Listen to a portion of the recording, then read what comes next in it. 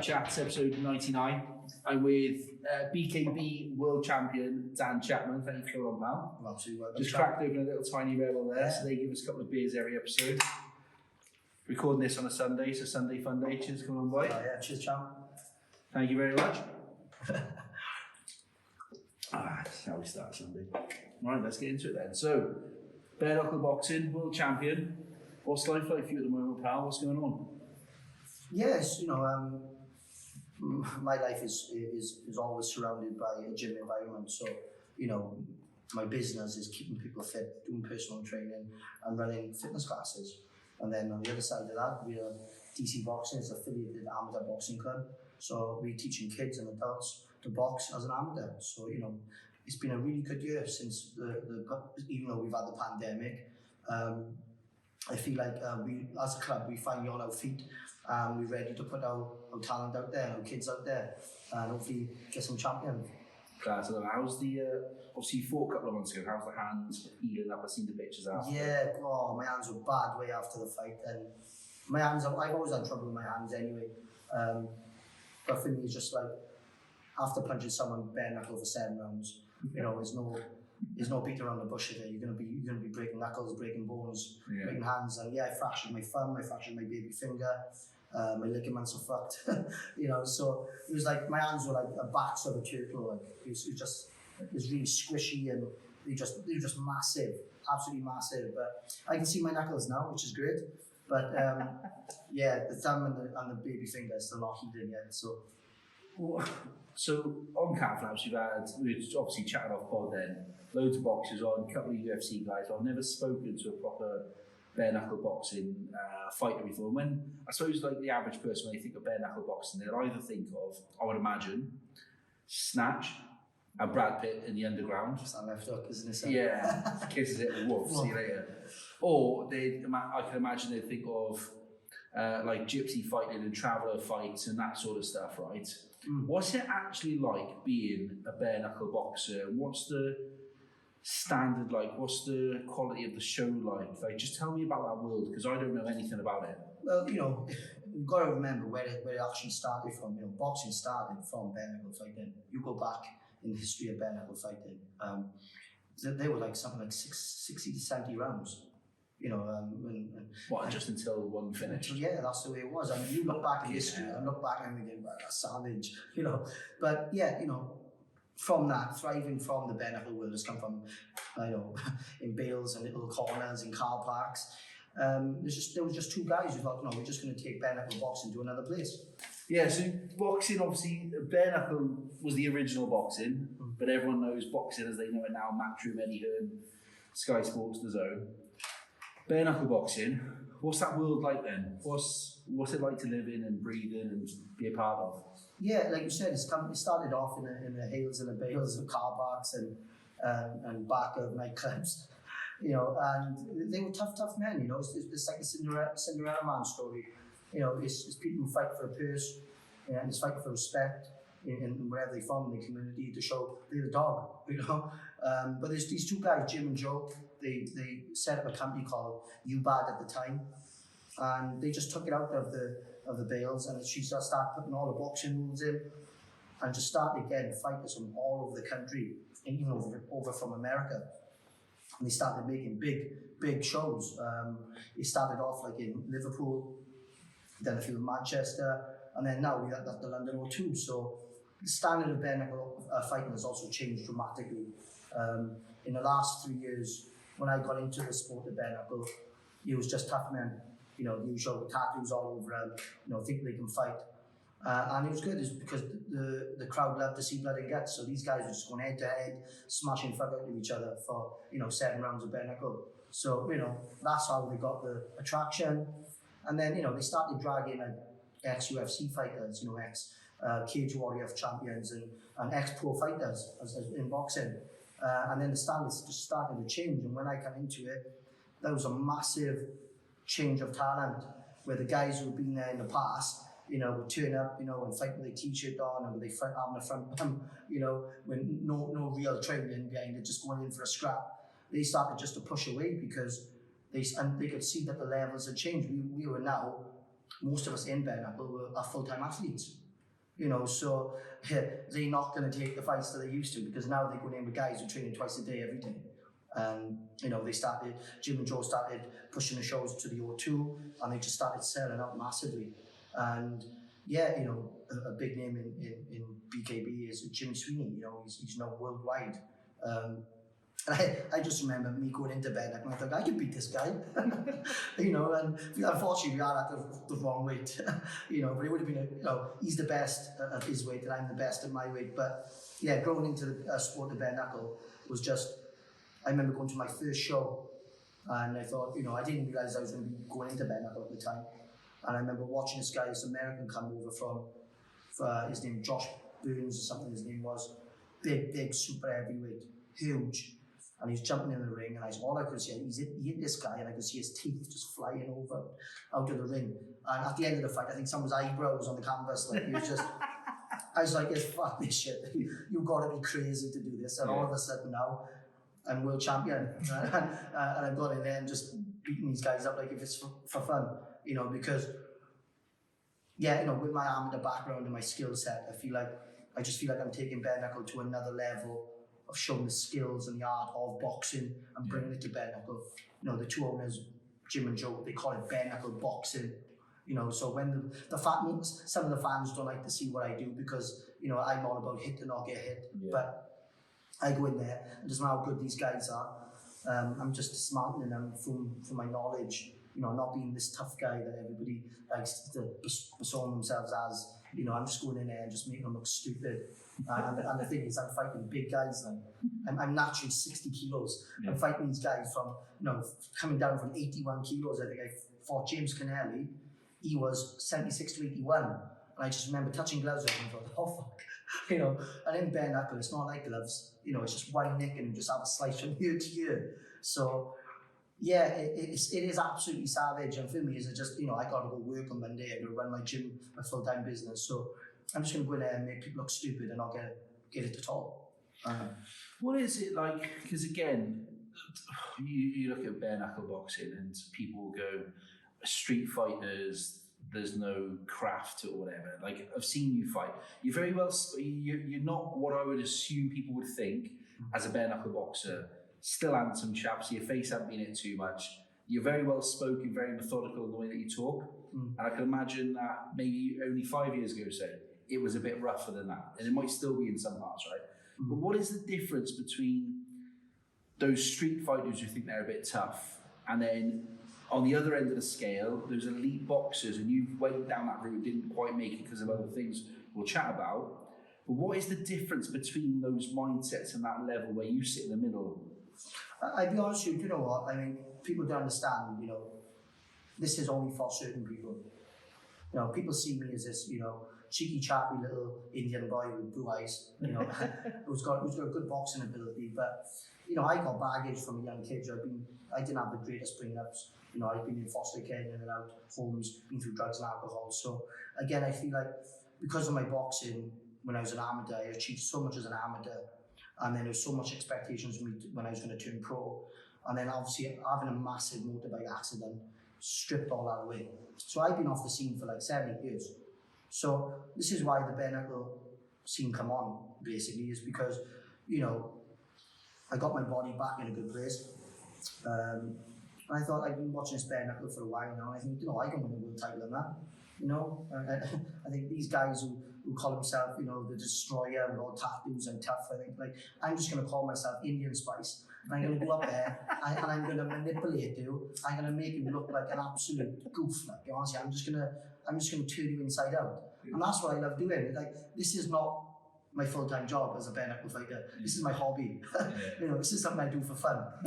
So, you know, so people don't understand that, you know, they see me obviously like I take things seriously with my training. Yeah, but you know, that's just me behind the scenes anyway, you know. I look after my body, I stay fit, I run a gym, I try to set the example in my local community.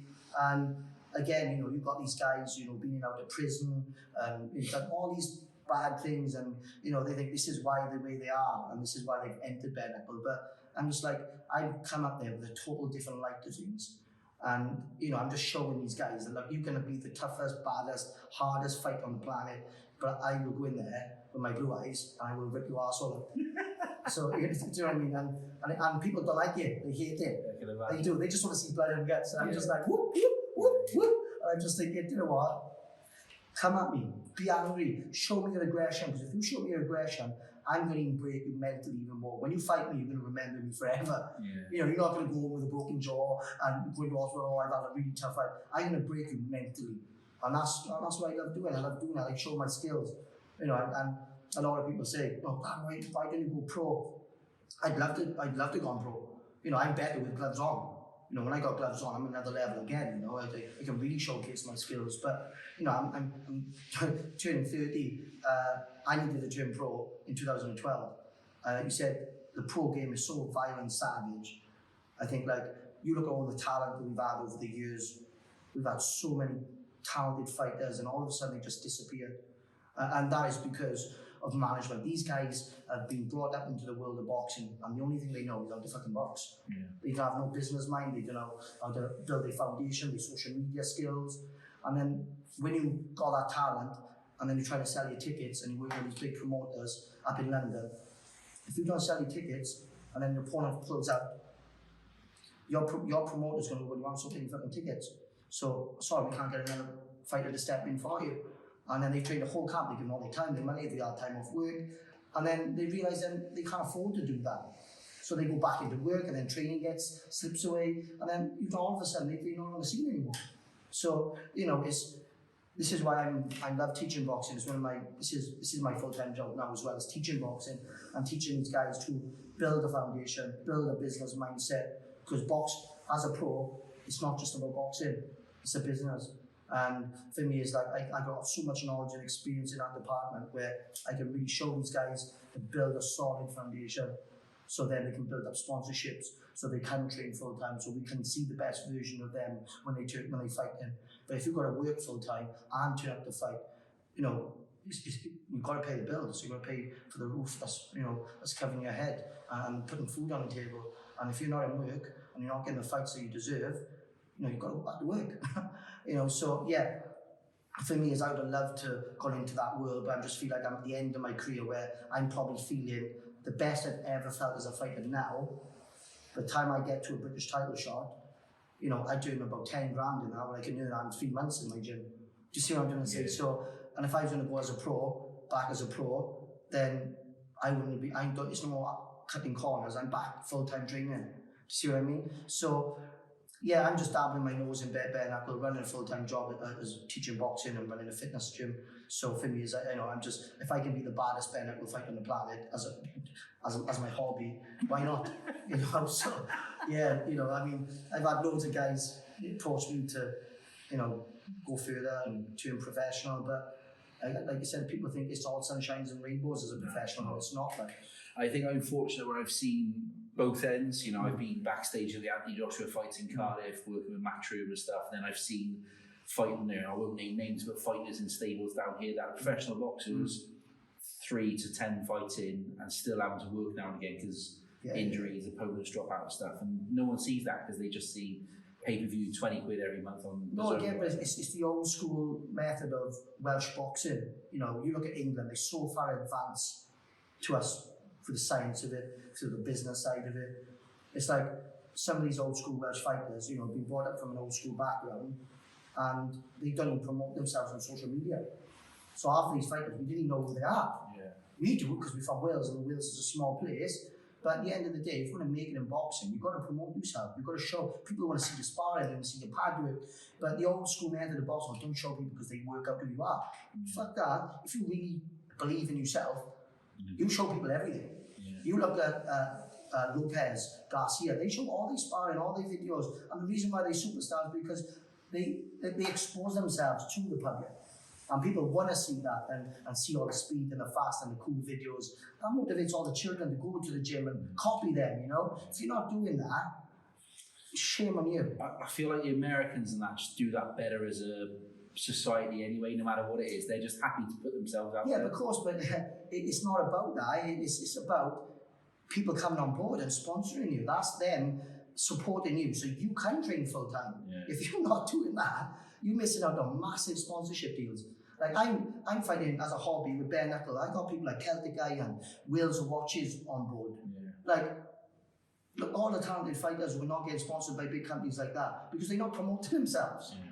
You know, and I built relationships with big companies like that, and it's like, for me, I'm really lucky that these are forever friendship relationships. Yeah. You know, and these young up and coming stars, you know, you've got to drop your ego and just start building relationships, and for you to have that support in your career, because you can't just rely on your boxing. Watches does well, to be fair, Paul. I know Paul. He's a good guy. He's a good guy. He's a real good Watches guy. He well. wants to support the community. Yeah, he supports a lot in Wales. Fair play to him. What's it like when you are, again, right, we were talking off pods, I had a white collar, I've mentioned it once or twice, I've had a white collar, walk out, there's 500 people, the music's going, I'm playing up to the crowd, fucking shadow boxing, the bell goes, my legs are empty because I'm fucking adrenaline, I've played that, right? Yeah. What's it like, and that's with 18-ounce pillows on you, which I hated, and your mates go mental, and you think you're fit enough, you're not fit enough, like...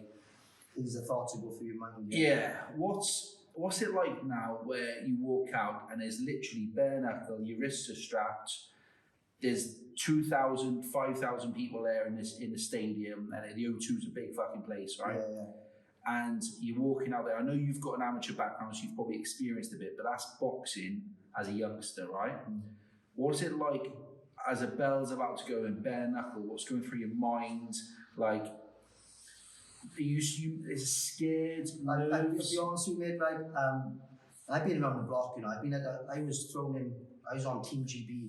I think I only had 15 fights. So I was amongst the people like Luke Campbell, Tom Stalker, all like surrounded by Andrew Selby, all these top amateurs who've had over 100, 200 plus fights. I was, at a young age, thrown in the deep end very soon. You know, I shouldn't be anywhere near that GB team with the amount of experience I had. But at the time, I was good enough. I just won the Commonwealth Games. I just been James Dickens, who was an absolute phenomenal English international. And leading from all our experience from Team GB and Team Wales, I got to travel the whole world at the age of 17. You know, so all our experience I had was me dealing with, you know, how to be a better fighter. And by being that person, you have to be obsessed. I don't think people understand is that when it comes to boxing, like it's no part-time. You can't play boxing. You know, I know it's a famous quote, but you physically can't. Yeah. You will get eat up, spat out, and left to the cleaners. And when I had my accident, the doctor told me I'd never even fight again. I'd never even walk tidy again. You know, so coming back from all these obstacles in my life and being through the care system as a young child, like I was still a positive kid. You know, I didn't let anything affect me. So life experience, when I was a young boy, I used to think, what the fuck's life experience? I used to laugh at it. Yeah, I think we all do, to be fair. No, I used to laugh at it. I said, well, you know, if you're good enough, you're good enough. I used to say, oh God, that's played a massive part of who I am and where I am right now. And like you said, leading to the big stage of bare knuckle now, because it's a grown sport. You know, the sport is shown over 60 to 70 different countries worldwide. We got like 5,000 to 6,000 people at the O2 Arena, and all they want to scream is for blood and guts. So, do you know what? I'm so like, you look at me behind the scenes of bare knuckle. I'm humble. I'll wash your feet. You know, I'll do anything. I support my community as much as I can. You know, I don't say a bad word about anybody. And when it comes to doing what I do, I'm still obsessed. So it's that confidence. Boxing, the C word in boxing, for you to grow and mature as a fighter and be the best version of you is all about confidence. And in boxing, you know, it can be so many obstacles, there can be so many things that can stop that happening when it comes to fight night. And when we lead up to these fights, I thrive in it. I'm so confident, like, this is when people mix my personality and who I am to who I am as a fighter. Yeah. There's an on and off switch. So when it comes to doing what I do, when I flip that switch, everything disappears and I am obsessed, I'm focused. And when I lead into that fight, like, it always sounds crazy, but I don't have no nerves. I handle it so, I'm just so confident in what I do. I understand, I know, because I don't cut corners with my training or my camps. I spar with world champions, European champions, British champions. And when it comes into that, I know that none of these guys can beat me. You know, and when you've got the crowd there screaming that and screaming this, and most of them don't like me because of what I do. And I just go in there and just go, this is my time to show you how good I am. And again, the bare knuckle, knowing that he can punch me, he hasn't got 18-ounce gloves on, he's literally just got knuckle on knuckle. But that brings up the best of me because my game is hit and not get hit. So if you've got no gloves on, I'm not going to allow you to hit me. Because I know you can break my jaw, you can cut me up, my eyebrow can be left on the canvas. And for me, that's where my skill set really shines, is, you know, showing the people that you can be as tough and as hard as you want. But when you showcase those skills, the feints, that world-class arm to background coming into the bare knuckle, I just believe that no one can touch me, no one can beat me. It doesn't matter how good you are. You know, it doesn't matter how much you can rely on that one punch, or think that if you're going to rely on that one punch, I'm going to I'm going to make it even worse for you. Do you know what I mean? Yeah. Does that make sense? Yeah, like it does. Like, because again, like you watch boxers who have got a bit of skill. Like some boxers will just walk you down, and because they're big, powerful, they can take a punch. Like I watched a video today, and Carl Froch, his chin was fucking class. Yeah, I'm not saying he wasn't skillful. Then you watch different fighters, and this is obviously slightly different. Lomachenko before he lost the other day. Yeah. Great. He's still the world's best fighter. Mate, the way he slips shots and hits you twice and then moves again, so you look that way, and he's not even there anymore. Like he's not that is a skill in itself. He's not called the Matrix for nothing. I think my goal is when I'm fighting someone is for me to get as close as them as I can. In bare knuckle boxing, unfortunately, I can't showcase those skills. Why not then? It's because again, you know, the range of all the guys I'm fighting are bigger than me, taller than me. Yeah. Like they got the reach, and it's just literally one nick with a knuckle. I think I got caught twice in my last fight in 7 rounds or so. Two shots, and I split my eye, lump on my head, and that was just 2 shots. You know, and I'm not stupid. I could put on a show for the crowd and stand there toe to toe, and I could still beat these guys toe to toe.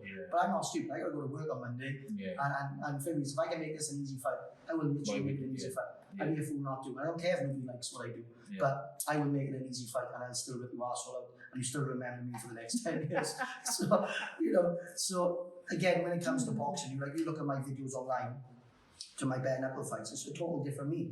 You know, I spar with I sparred with Lee Selby all the way through the Cambosis fight, and we got great relationships. I sparred with Brad Foster, who was a British and Commonwealth champion. I sparred with all Craig Evans, was a European champion, with Gavin Rees. I always spar with top quality boys, and if I can't spar with those boys, I still get the rounds in. It doesn't matter who it is. You know, I just practice my skills. That's all about is getting those rounds in. You know, and people always go, "Why are you so savage in the sparring?" Because I'm not. You know, I always upload my sparring videos. So what it is, I go to where they work. If they go to take my head off, I'll put it on you. Do you know what I mean? So anyone, I show the glimpses of my sparring. The reason why I'm dominating the sparring, because they all try to take my head off in the sparring. So because they try to take my head off, I will manipulate you, I will break you, and I will break you mentally, and then I'll make you quit. You know, and that's what I try to do in my rounds. Is I don't go to knock them out.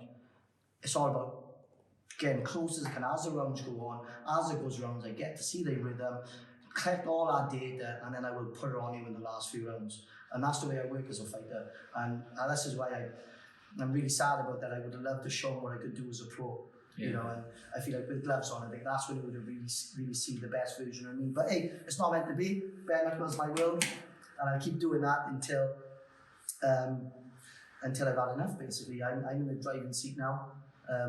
I've had some great offers to go with BKFC over in America. David Feldman contacted me personally, and you know, I just feel like I can get more fights over in the UK. You know, the bare knuckle over in America sounds great. They got some. You know, they got an amazing foundation over there. But again, you know, I got to go out there, I got to close the gym.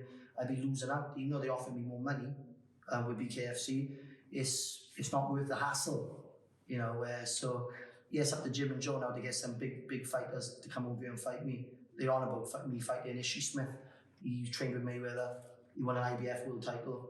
He's a lot bigger than me, but hey, let's go. You know, they're the fights that I want. I want big fights. I don't want to be fighting, you know, these tough men anymore. I want to fight quality fighters. Proper fighters. Yeah, 100%. Do you not think just once before you finish to go up to America and have one?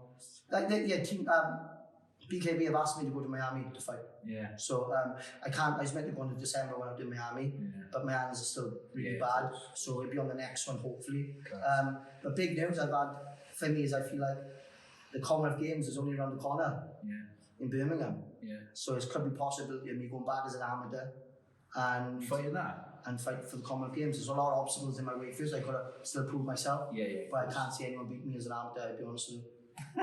So Class. that's something I feel like that could be the way I'm going. Oh, I fucking love that. That's brilliant. I definitely come and watch that. Yeah, it'd be brilliant. 100%.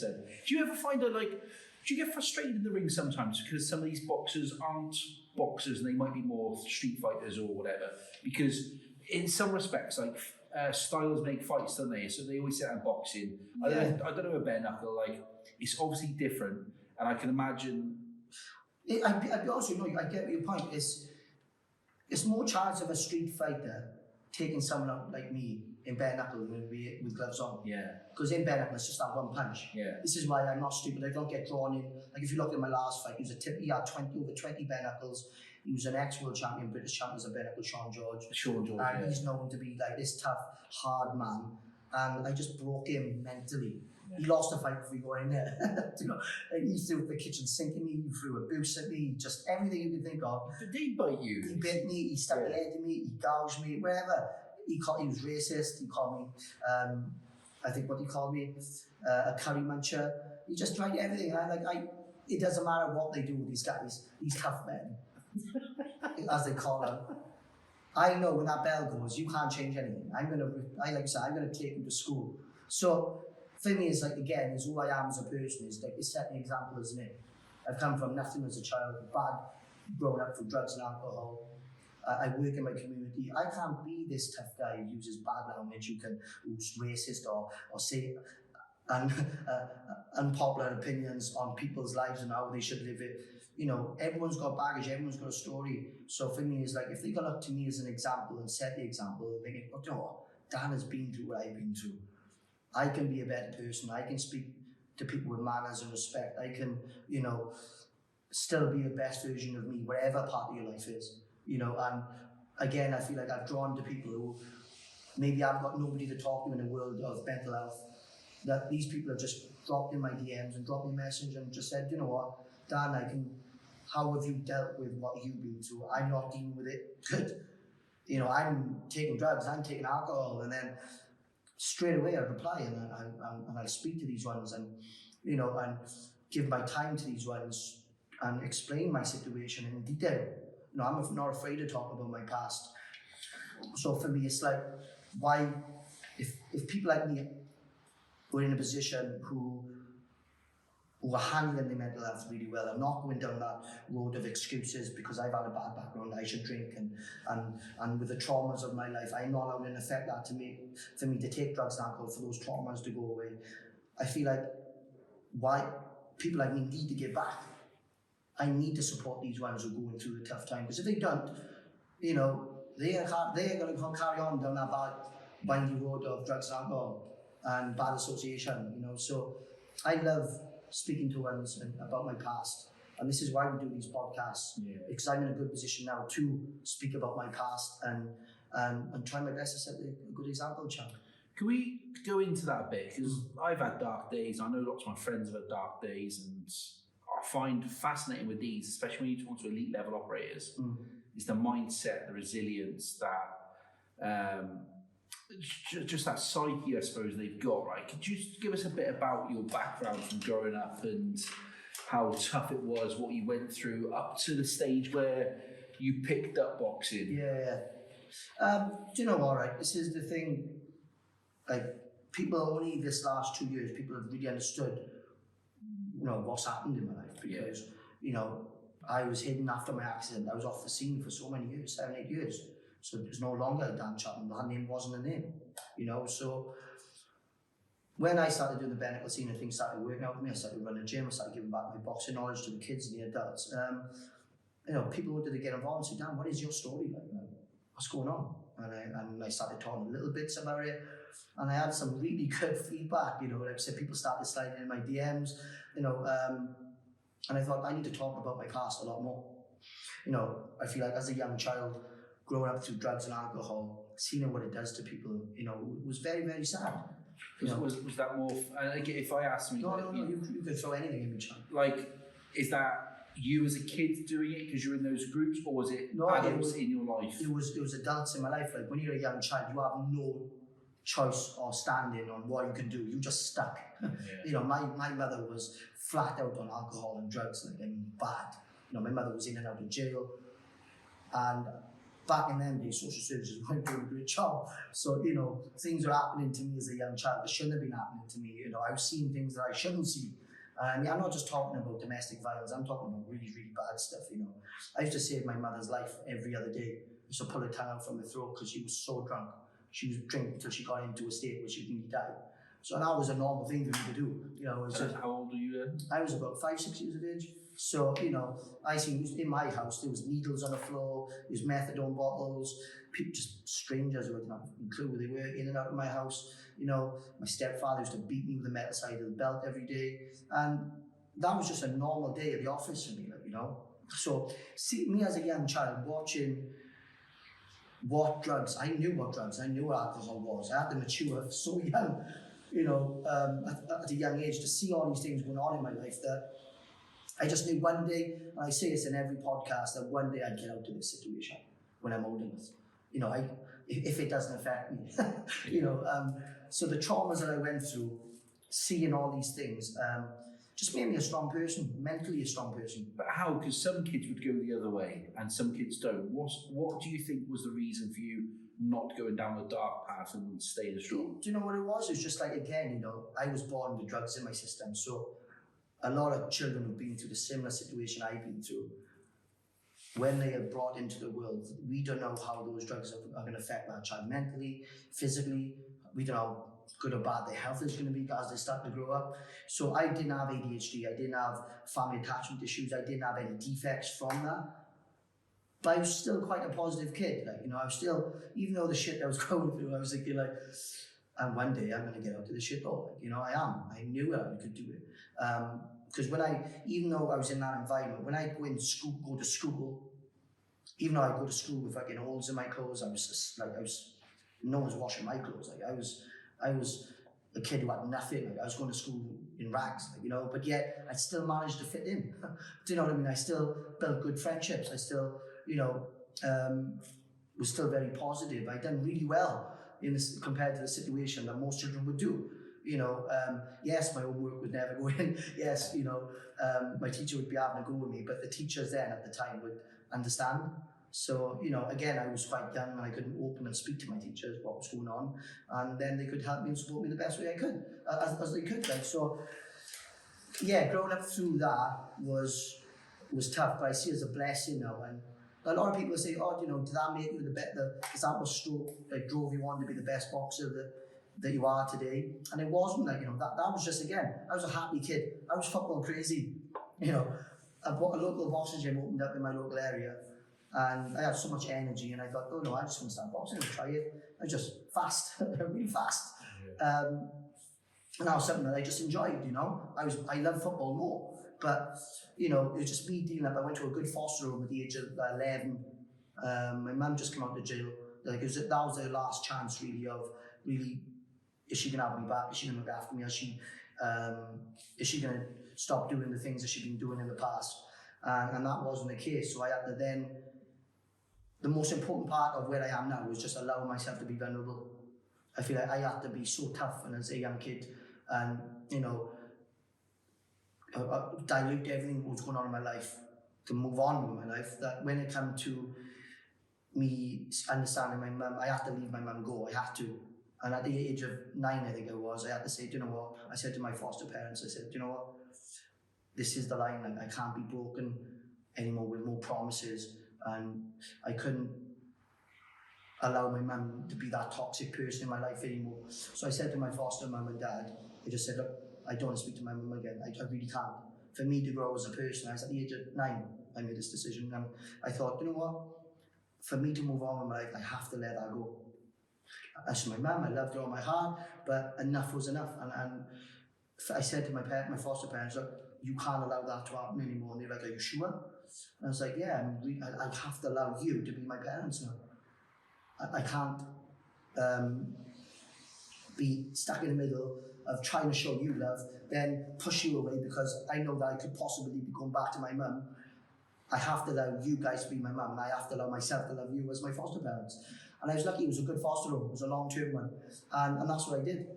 I allowed them to be my parents now. I took away everything that was toxic in my life.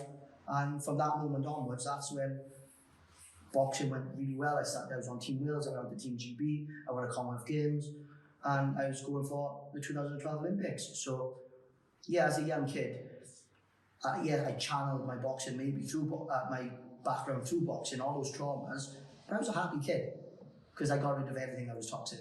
It was just as simple as that. Forgive me for asking, like, what's your relationships now with the foster parents? Yeah. Your mum? Yeah, really good. You know, I mean, I'm a busy guy now, so Yeah. I wish I could make more effort with my foster parents, but I do check in. Her foster daughter, her real daughters come to my classes. Yeah. You know, her foster brother comes to watch my foster brother. So her real son and daughter come to watch me in my fights. Okay. So we're still family, like, you know, still real family. Like it's not blood, but it's family. Yeah. You know, but for me, it's just like I just never, you know, had excuses like that. That was another thing. No one knew about my past because I didn't show people my past. I didn't want them to reflect me from my past. And people do, they judge.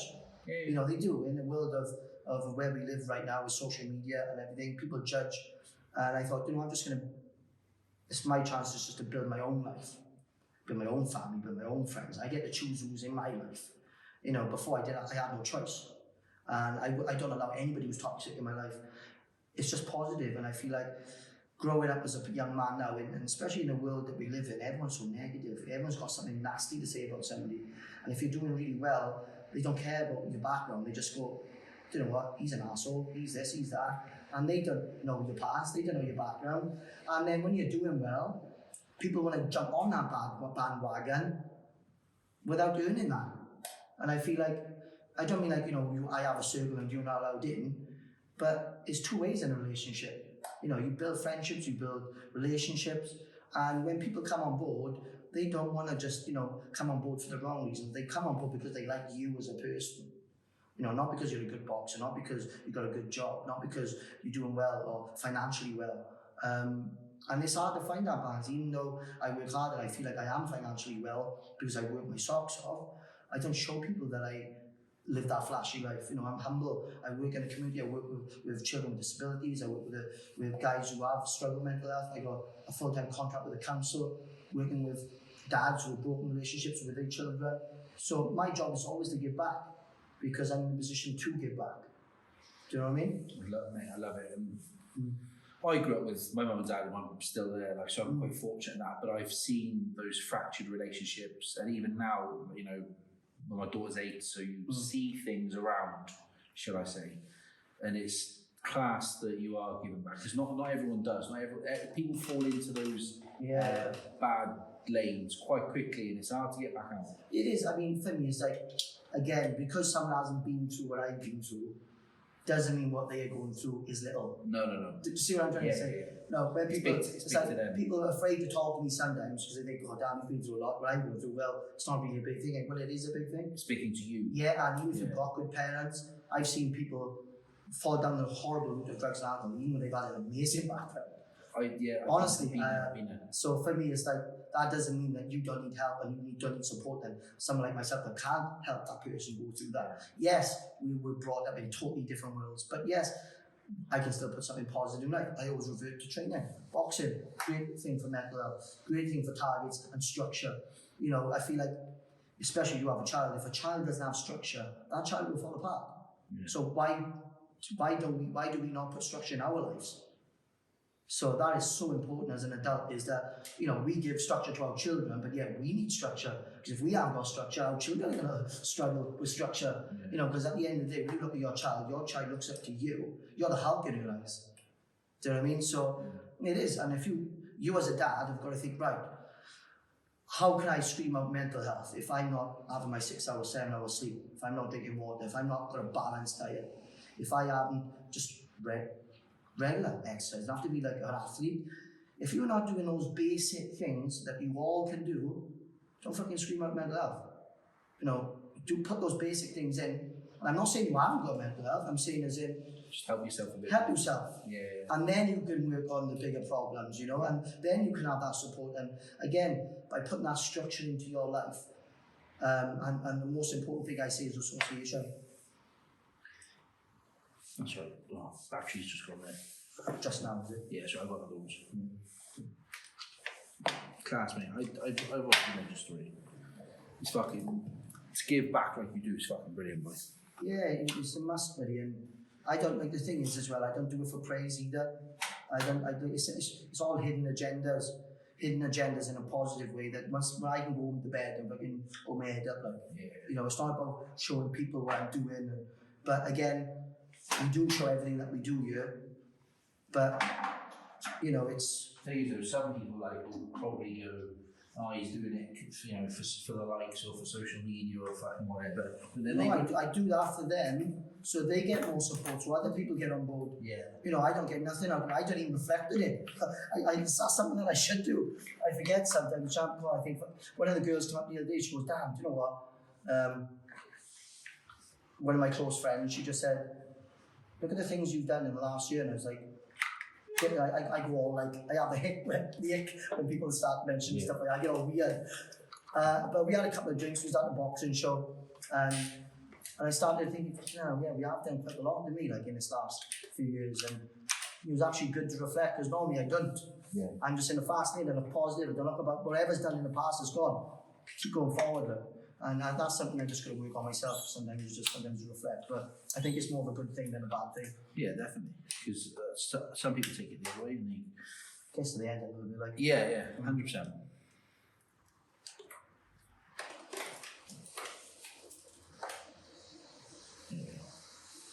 Back in the game.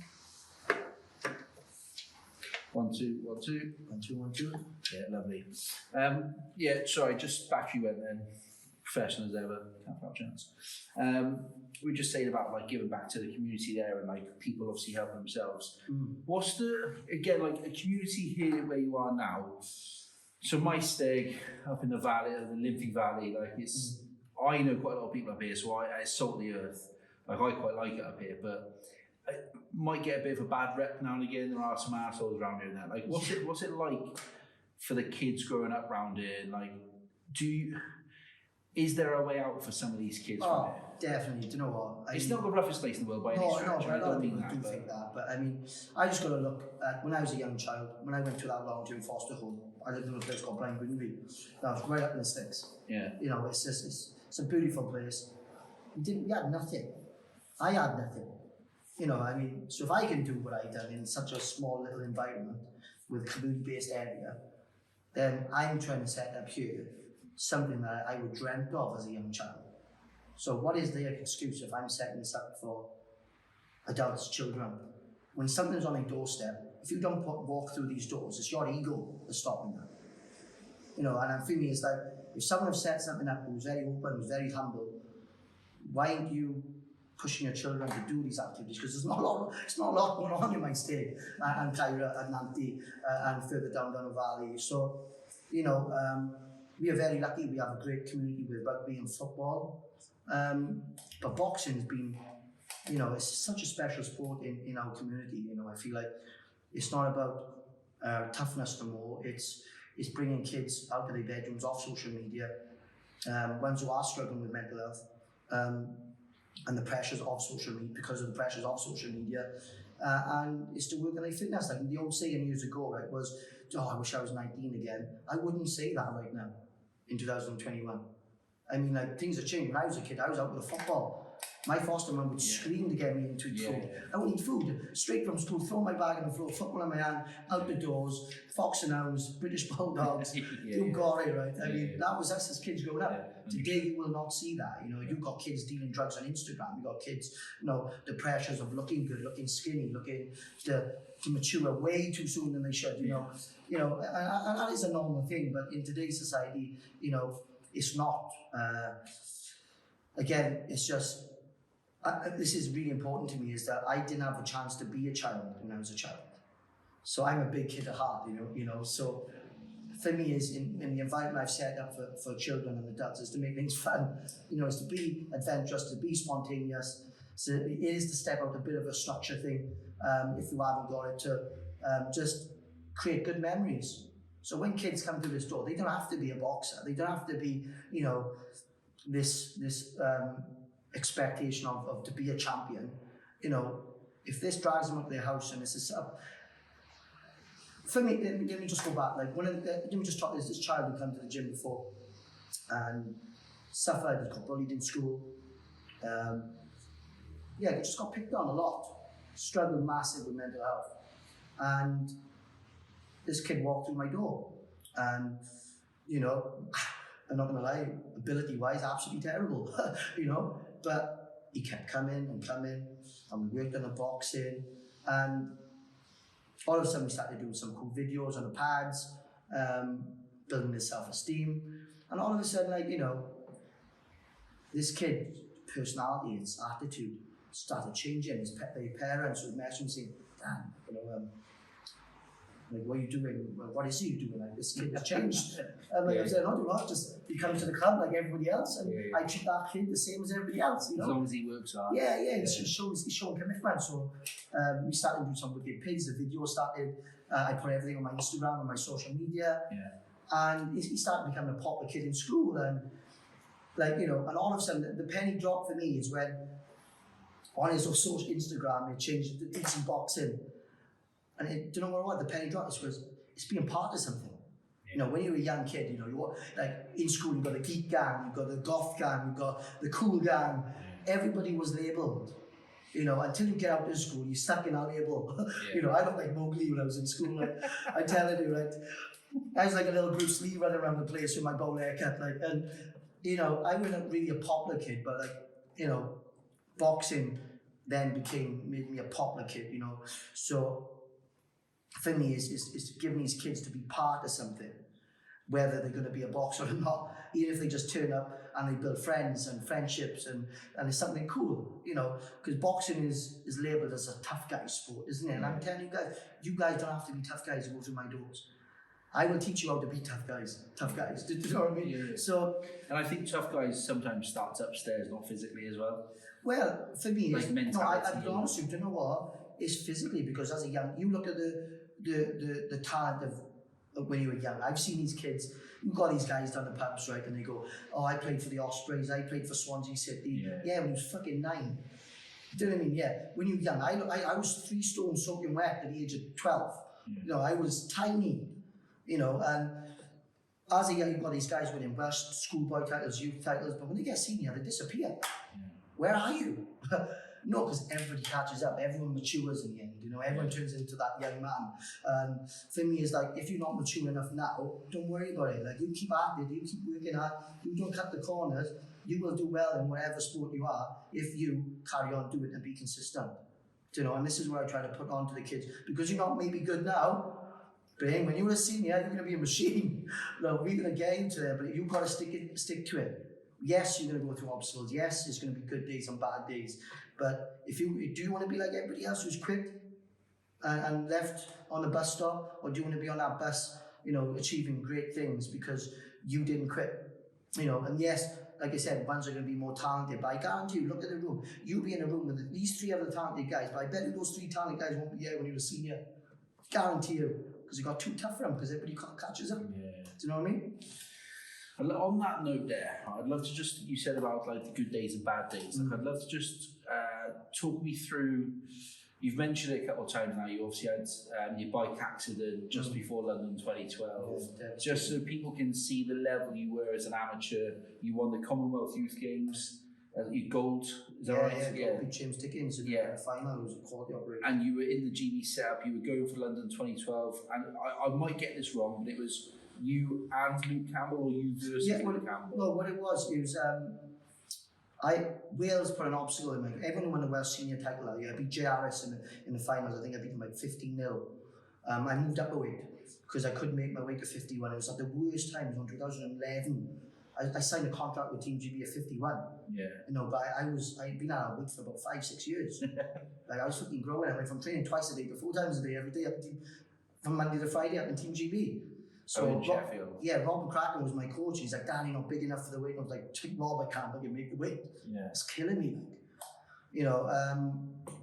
But yeah, I moved up the weight. Obviously, it was like starting again when you move up the weight. You can't just jump at the weight and you're going to qualify. You've got to beat everybody of that next week. So I smashed Jay Harris. He was a great fighter, a really nice guy as well. I mean him before like 6 or 7 times in the amateurs. I went on then with Team Wales then. Sean McGoldrick just won the senior Commonwealth Games. Yeah. So they put an obstacle by him there in front of me, and then I went on to beat Sean. And it was a hell of a fight. What a fight that was, you know. Sean's a real good guy. He's in the pros now, isn't he? Yeah, he was a great amateur. I hope he still works out for him as a pro. So I beat Sean very comfortable. So I won my Olympic box off. So then it would have been, we all had to go to the World Championships in Baku, in Azerbaijan. So then I knew the only person in front of me really to beat me there was Luke Campbell. So it would have been whoever got the furthest. That was the first Olympic qualifier.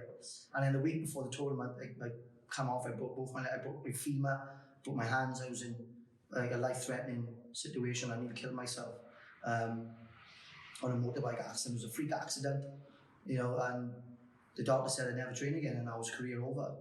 You know, it was absolutely devastating because to get where I was, even through moving up a weight, and then overcoming all those good fighters, beating all those good fighters in the meantime, there was obstacle after obstacle and I overcome them all. And that last obstacle I couldn't overcome it, like, you know, that was devastating. So that put me in such a bad place. But how did you, right, so stop you there, in a bad place. You might be a positive guy, but you know, just like, you put enough like holes in the ship, it'll just sink at some point, right? Like, how did you turn that around? Because when you're lying there for 6-9 months with broken bones, legs, operations, 5 bones in your leg, I think it was. Yeah, I got steel rods in it. I don't have a full reconstruction. It was just. How do you stay positive through that? Because that's out of your control. It was out of my control, and that's what made me get through it. Okay. That it wasn't something that I did. I went down because I took drugs, alcohol, or doing something stupid. Like, I used my motorbike to commute back and forth sparring, training. It was something that helped me with my boxing, not the opposite way around. So when this freak accident happened, I've always been a realistic kid as well. Even on my ability, if I knew I couldn't do something, I'd accept that. Even how competitive I am and how focused I am, I've always been realistic. And you have to be. You have to keep your feet on the floor as an athlete, a full-time athlete. And like when the doctor told me I'd never fight again, I accepted it. It ripped me apart mentally and physically. It really hurt because what I went through from a young child, then I went to a long-term foster home, dealing with the obstacles of that, dealing with my traumas coming later out in life, because that's what trauma is, you know. It's not that I dealt with things so good as a child. As you're getting older, I was afraid of well things creep up with me. The back yeah. So, and that's why I think boxing helped me deal with that trauma. So, going through that obstacle, the last obstacle, I just thought, you know what, it was out of my control. Yes, I had to be just a normal civil person now, and it broke my heart. I cried my eyes out watching our Baku Championships. It was on TV, and Luke Campbell got to the finals of that. He lost to a #1 Russian in the final and qualified for the Olympic Games. And seeing all the boys qualify was hard to deal with. Watching Andrew Selby qualify, watching Tom Stalker, all the boys, Andy Joshua qualify, and it was devastating. That hurt. But once that went and I seen the boys, they all turned professional after, I never envied these guys. I knew what it took for those guys to make it. Yeah. You know, they inspired me. You know, I didn't say I could have been there, I could have done that, I could have been like them. I'm not going to be like that guy down the pub, like, you know, saying I done this and I done that. We had a bad knee, but I'd have made it type thing. I've said that to many people. Yeah, fuck that. Sorry, that's a bad conversation. That was when I was in uni. You've gone from #1 to #2 now, right? I would have made it, but I had a dodgy knee, honestly. Like, COVID hit me. What are you doing later? Do you want to come back to mine? Yeah, you got it. So I just never, I accept what happened. You know, it's great to see people like Joe Cordina and all these good fighters go on and do what they do best. And that's why the Bare Knuckle scene opened up for me, to be honest. So. Can I just ask on that point then? So, you've obviously broken all your bones, you've spent, 6-7 years out of the game. Reputation's obviously gone. And I can imagine just learning to walk again and then going through all that. But I can see your mindset, how you've come through it. Physically, you're in good nick and you look after yourself, right? At that point, because you've been working and you had this, but you were going to come back fighting, Was there not any temptation just to go, I know I could go pro, let's just go, or was the business doing too well and needed you too much? No, but what it was, to be honest with you, I went through a tough time of hiding who I was, through relationships, and I just, like, I don't know, I just stopped myself. I felt like my wings were clipped, and as me showing glimpses, like I used to go around, I was working just a normal job. I was working with children in a residential home with children with behaviour and disabilities at the time. And I thought that would fill the gap, surely. I love doing stuff like that. So this would that fill the gap, and it just never, you know. And so I started doing personal training. I started, you know, any of the boys would have sparring for big fights. Like I remember, I used to just jump in with Lee Selby on a regular basis and no training and prepping for his world title fights and stuff, and then the guys were saying like, "Dan, what are you doing?" Like I said, "I'm not even fit, like, you know, I'm just helping you guys out. I don't want anything from me. I just like if I can help the boys out, I'll help the boys out." Yeah. You know, I love sparring, I love fighting. Yeah. So like I showed little glimpses of people like just in my ear all the time.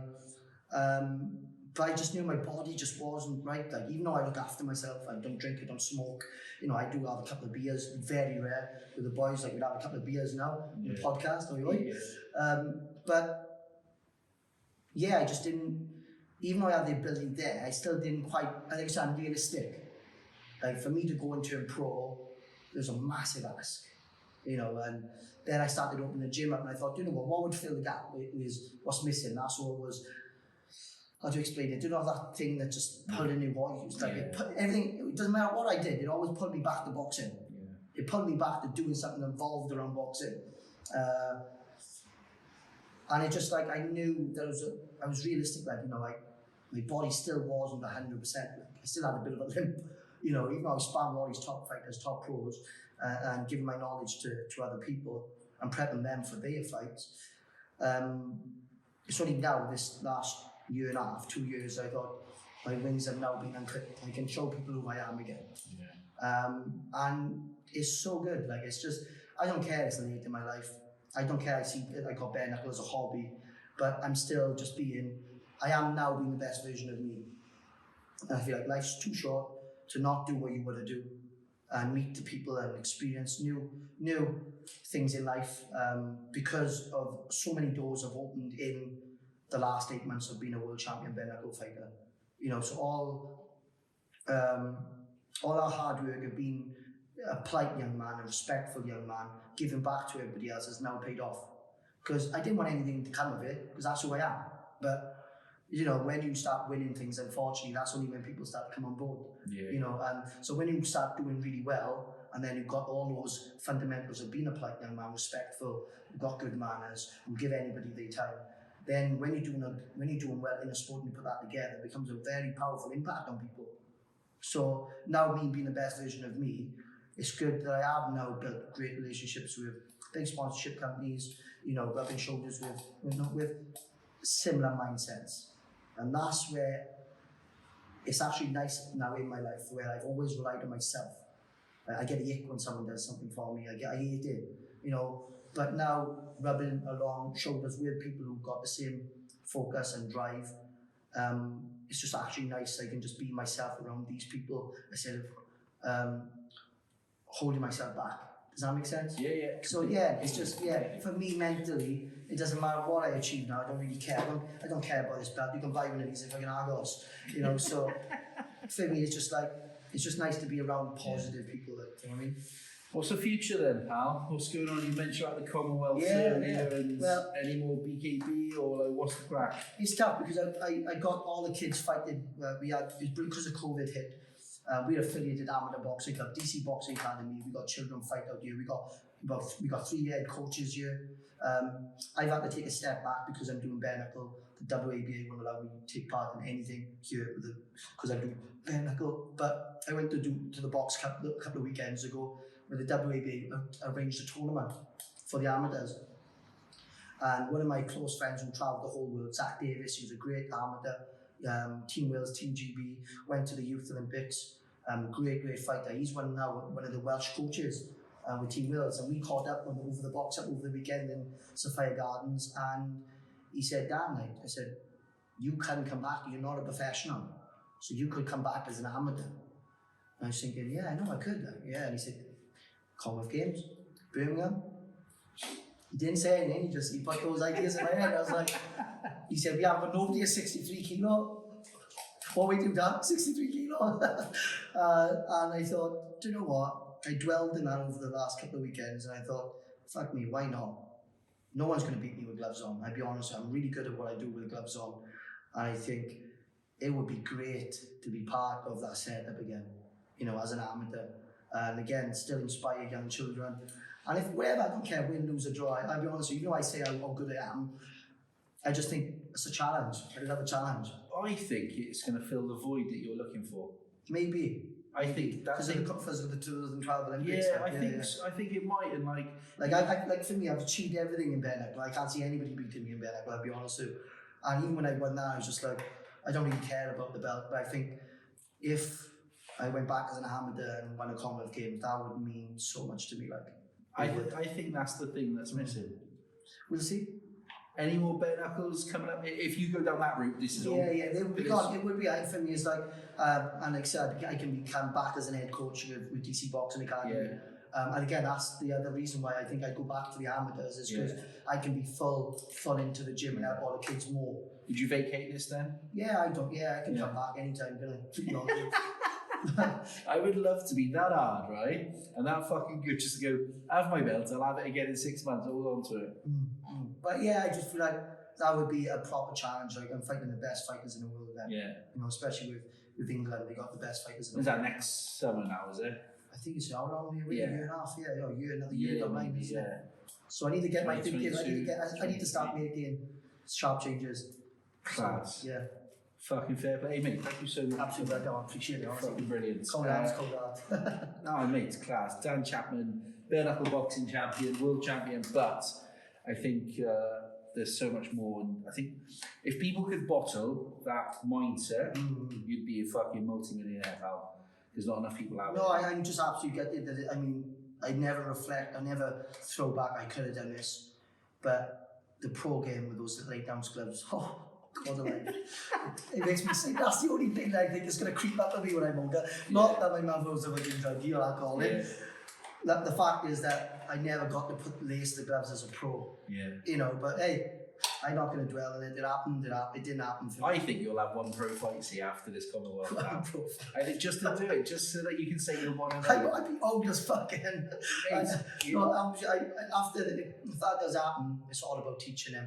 I would love to be. I like one of my goals. I've said, you know, I've always said this from day one. I'd love to be part of the Welsh setup in Sophia Gardens as one of the coaches, as working with the fighters. Like, I'd love that. Class. I mean, I've got nothing but respect, pal, for this journey. I've not experienced that, but I can understand how hard it is to come through that and just talk about it. So I really appreciate it. Hopefully, it helps a couple of other people. Check out catflapchats.com, where you'll find all of our merch, back catalogue, our amazing sponsors and partners. We'll obviously post this. Where can people find your social media channels? Dan Chapman on Facebook, but my main page is DC Boxing 74. No, sorry. Yeah, DC Boxing 74, where I show all my training, everything that happens at the gym, and all my boxing, all my fights, and my sparrings on it. So have a look. Yeah, is that Instagram, Twitter, Facebook? Or Instagram, perfect. Yeah. Happy days. Mate, that was fucking magic. Thank you very much. Cheers, boy.